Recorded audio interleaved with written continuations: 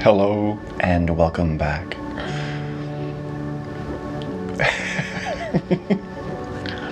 As you can see, I'm here once again in the grow room where things come to grow.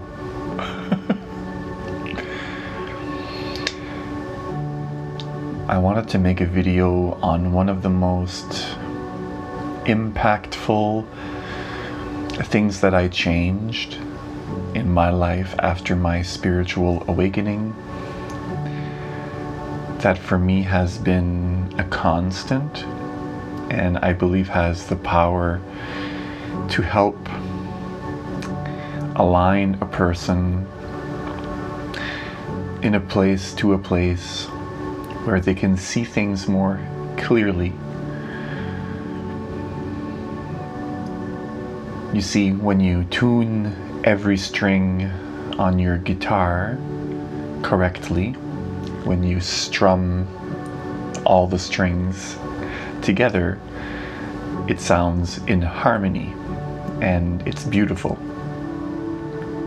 And you can hear that. And then you can play a song. And in one of the aspects of today's world or society that is out of alignment is the frequency of the majority of the music that we listen to.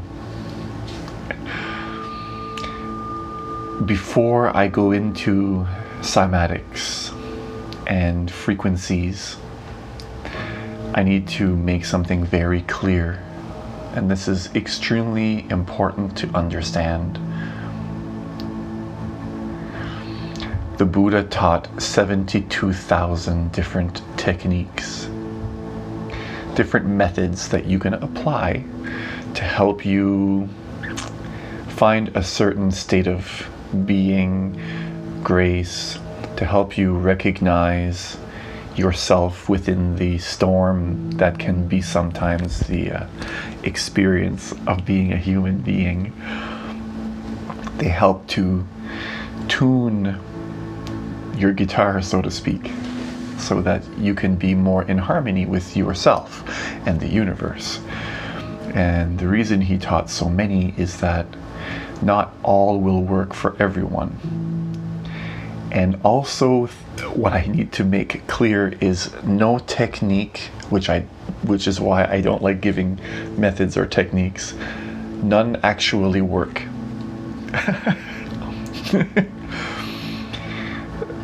Might sound like a paradox, because in reality, it's never the technique that brings you to the point that you're trying to reach when you're seeking enlightenment, when you're seeking to find yourself, wisdom in the world, truth. But certain techniques can be more in line with your karma, your being, and can bring forth a sense of recognition in you. Some people can dance naturally better than others. Some people have a natural talent for singing and so on, drawing. Some people are really good at managing money.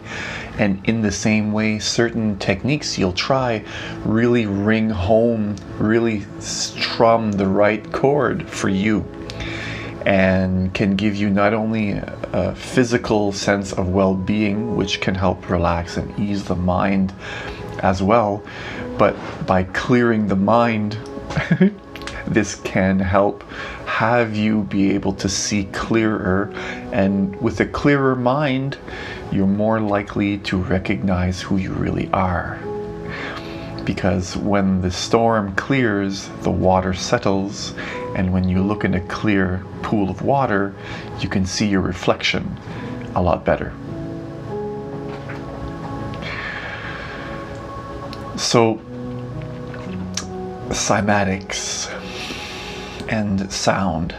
And as I mentioned, the music that we listen to today is largely at 440 hertz.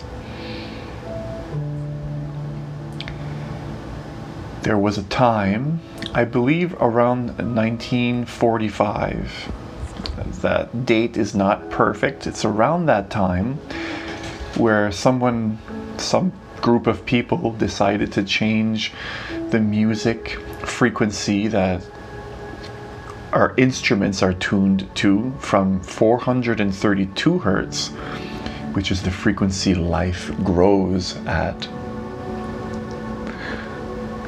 the frequency of creation, and they moved it to 440.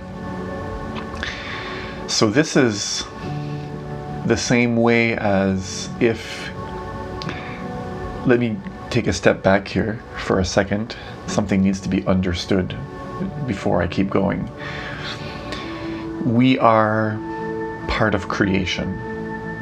We are participating in creation.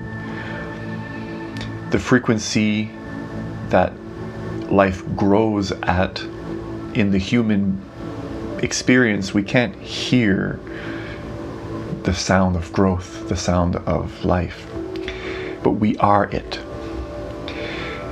And when you listen to music that's slightly out of tune, because your physical body and your mind are so interlinked together, when the physical body is slightly out of tune, the mind becomes slightly more muddy.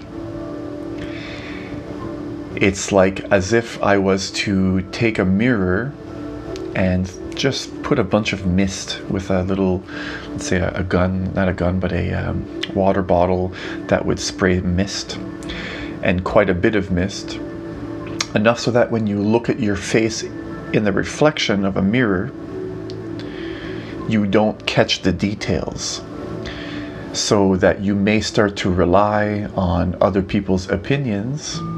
You may start to rely on the world around you in order to fill in the gaps that you can't see yourself.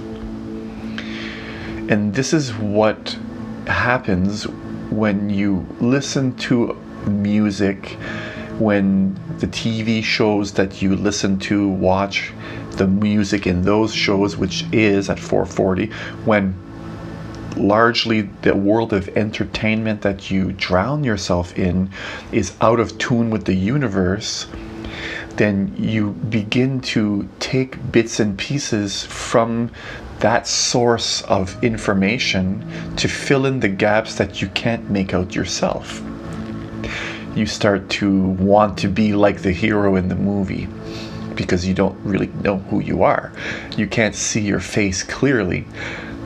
So you start to pick up certain habits from people you watch, TV shows, the songs you listen to, the words that they say in the song. You begin to look at yourself from a perspective where you don't feel confident in yourself. You feel something is missing, and you don't know really where to turn. But everywhere you turn, everything is slightly out of tune, which keeps you looking in a dirty mirror, in a misty mirror. And it keeps you more susceptible to manipulation, which is prevalent in the world. They want us to buy what they make. They want to control our thoughts so that we can help feed whatever it is they want, whether it's to be rich from us, being in debt, whether it's anything else, okay? When you don't know who you are, when you can't see your reflection within yourself clearly, you rely on other people.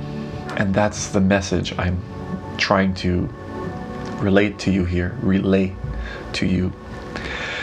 So when I had my awakening, one of the first things that I stumbled upon, or maybe the universe handed to me, was cymatics. I was interested in frequency, sound, and cymatics is the study of frequency and how it affects the formation of objects. You may have seen videos on YouTube where someone took a metal sheet and placed rice on top and then would play some frequencies on the metal sheet so that the metal sheet would vibrate at a specific frequency. And what they noticed is that at certain frequencies, the rice takes up certain geometric patterns. And when you tune these geometric patterns slightly out of tune, the image that it creates becomes more distorted. It resembles the shape, but there's a lot more noise. There's a lot more dirt, messiness in the image. So take a look at the study of cymatics. I'll put a link in the description below if I find anything really that I feel is impactful that'll help. But remember, as I mentioned at the beginning of the video, don't rely on this. If you believe that this will bring you peace, then it's no different than you taking a pill. It's no different than you thinking that only eating well will make you spiritual, or only doing breathing techniques will bring you to enlightenment. Everything that you do has the potential for you to recognize yourself. And by creating a still image in the mind, then your reflection becomes more clear, as I mentioned. Reflection, a clear state of mind, a clear state of being. So if you eat well, the body will be less noisy. And you'll be able to see yourself more clearly. If you listen to music that's in tune, in harmony with the creation itself, life itself, then again, your body will be more in tune, clearer. Your mind will be clear as a result. As I mentioned, anything your body experiences, your mind will reflect. So if you're in a state of dis-ease, you're not at ease within your body, then your mind will be constantly distracting you from a state of well-being, the state of peace that is constantly on. It's as though you have a pair of glasses on that are dirty and has a color filter that's not pleasant. You know, you're probably not going to look through those glasses often. You're not going to be interested in looking what's past the glasses. Do you see what I mean? So all the things that you can do, all these different techniques, just help clear the water, you know, take the mud out or let the mud settle. But remember that the mud will settle, and that once you become agitated again, the water becomes dirty once again. So learning to find yourself, even in the mess, even in the fog, I would say is more important. Because then you don't become reliant on a specific technique. Because ultimately, if you're looking for truth and a state of well-being, and you'd like for this to be constant within you, then you need to be able to see through the storm. You need to find the courage to face your challenges as they come to you. Because ultimately, it's not about feeling good or bad. Okay? It's about just letting things be as they are.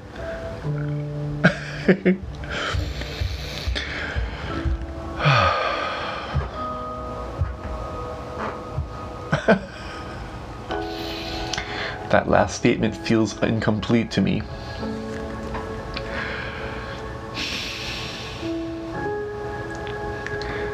But it really isn't. It really isn't.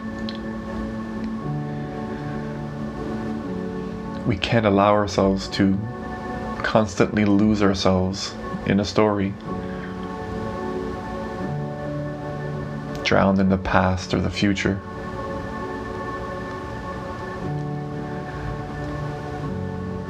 Because when you can drop all of the mind, it doesn't matter how dirty the water is.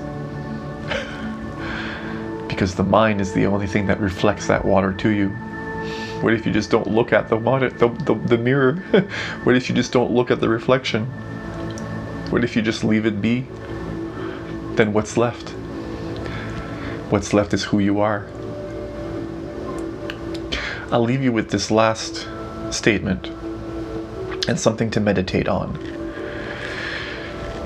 If you had no senses, you couldn't see, you couldn't hear, and there were no thoughts in your mind whatsoever, you had no mind, who would you be?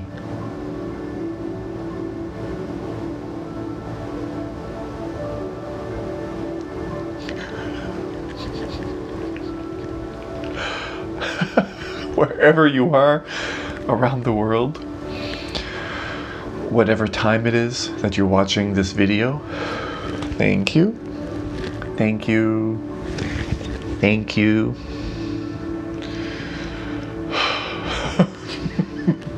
I appreciate you. Peace.